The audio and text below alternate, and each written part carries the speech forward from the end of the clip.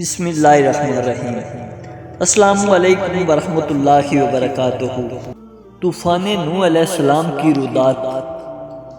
روح زمین کے سب لوگ اس طوفان میں جو در حقیقت عذاب الہی کا مظلوم پیغمبر علیہ السلام کی بددعا کا عذاب تھا، غرق ہو گئے۔ اس وقت اللہ تعالیٰ عز و جل نے زمین کو اس پانی کے نگل لینے کا حکم دیا جو اس کا اگلا ہوا اور آسمان کا برسایا ہوا تھا۔ ساتھ کی زمین آسمان کو بھی پانی برسانے سے رک جانے کا حکم ہو گیا۔ پانی گھٹنے لگا اور کام پورا ہو گیا، یعنی تمام افراد نابود ہو گئے، صرف کشتی والے مومن ہی بچے۔ کشتی باحکم ربی پر رکی۔ مجاہد رحمۃ اللہ کہتے ہیں یہ جزیرہ میں ایک پہاڑ ہے، سب پہاڑ ڈبو دیے گئے تھے اور یہ پہاڑ بوجھا اپنی عاجزی اور تواضع کے غرق ہونے سے بچ رہا تھا۔ یہی کشتی نوح علیہ السلام لنگر انداز ہوئی۔ قتادہ رحمۃ اللہ فرماتے ہیں مہینے بھر تک یہی لگی رہی اور سب اتر گئے اور کشتی لوگوں کی عبرت کے لیے یہی ثابت و سالم رکھی، یہاں تک کہ اس امت کے اول لوگوں نے بھی اس سے دیکھ لیا۔ حالانکہ اس کے بعد کی بہترین اور مضبوط سینکڑوں کشتیاں بنی بگڑی بلکہ راکھ اور خاک ہو گئی۔ ضحاک رحمۃ اللہ فرماتے ہیں جو دی نام کا پہاڑ موصل میں ہے۔ بعض کہتے ہیں طور پہاڑ کو ہی جو دی بھی کہتے ہیں۔ زیر بن حبیش کو ابو آپ کندہ سے داخل ہو کر دائیں طرف کے زاویہ میں نماز بکثرت پڑھتے ہوئے دیکھ کر نوبہ بن سالم نے پوچھا کہ آپ جو جمعہ کے دن برابر یہاں اکثر نماز پڑھا کرتے ہیں اس کی کیا وجہ ہے؟ تو آپ نے جواب دیا کہ کشتی نوح علیہ السلام یہی لگی تھی۔ سیدنا ابن عباس رضی اللہ تعالی عنہ کا قول ہے کہ نوح علیہ السلام کے ساتھ کشتی میں بال بچوں سمیت کل 80 آدمی تھے۔ 150 دن تک وہ سب کشتی میں ہی رہے۔ اللہ تعالیٰ نے کشتی کا منہ مکہ شریف کی طرف کر دیا، یہاں وہ 40 دن تک بیت اللہ شریف کا طواف کرتی رہی۔ پھر اسے اللہ تعالیٰ نے جودی کی طرف روانہ کر دیا، وہاں وہ ٹھہر گئی۔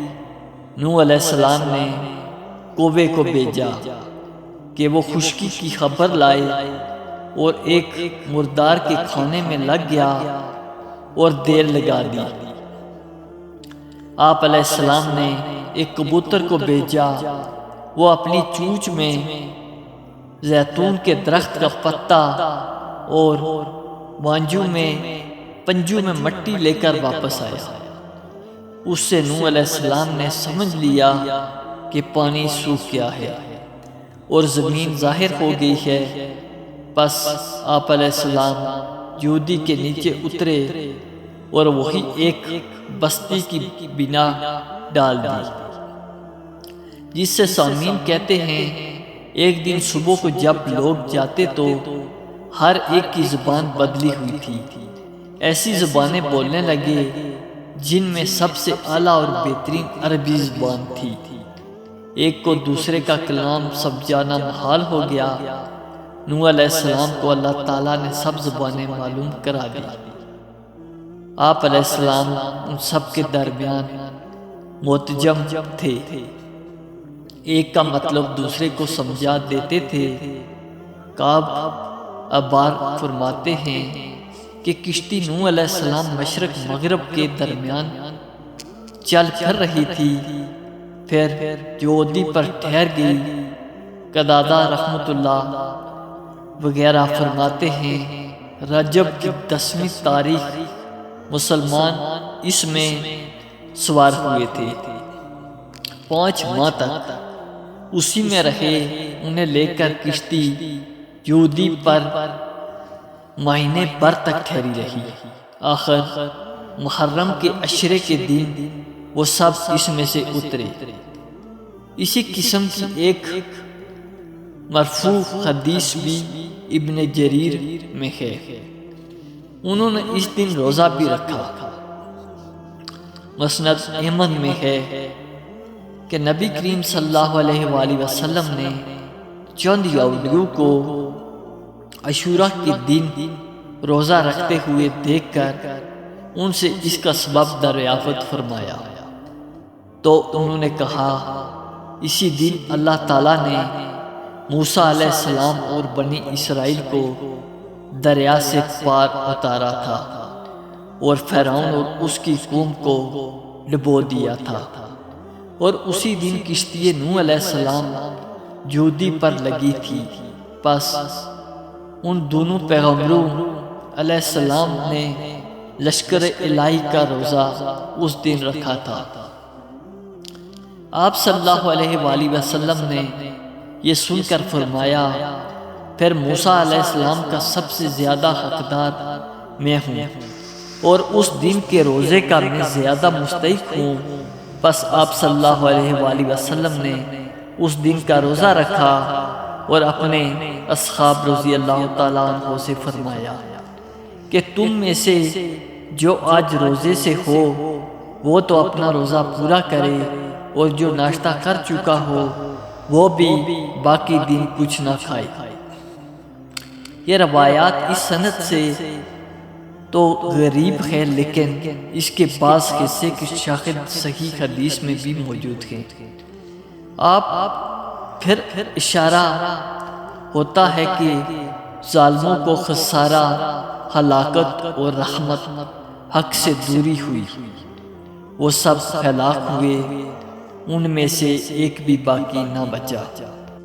تفسیر ابن جریر اور تفسیر ابن ابی حاتم میں ہے کہ نبی کریم صلی اللہ علیہ وآلہ وسلم نے فرمایا، اگر اللہ تعالیٰ قوم نوح علیہ السلام میں سے کسی پر بھی رحم کرنے والا ہوتا تو اس بچے کی ماں پر رحم کرتا۔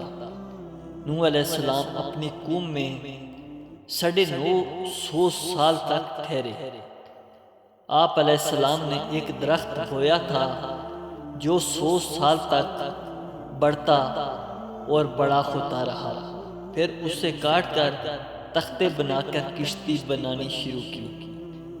کافر لوگ مذاق اڑاتے کہ یہ اس خشکی میں کشتی کیسے چلائیں گے؟ آپ علیہ السلام جواب دیتے تھے کہ ان قریب اپنی آنکھوں سے دیکھ لو گے۔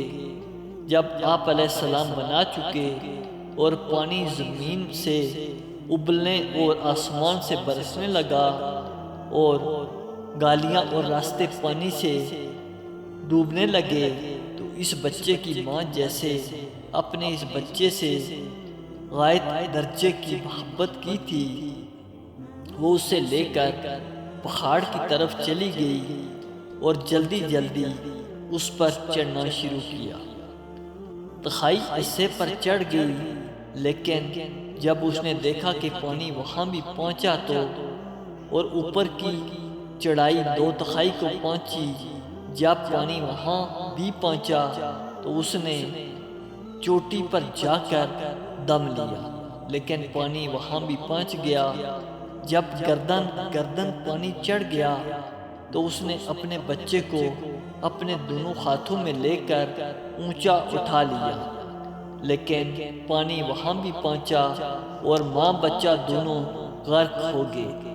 بس اگر اس دن کوئی کافر بھی بچنے والا ہوتا تو اللہ تعالیٰ اس بچے کی ماں پر رحم کرتا۔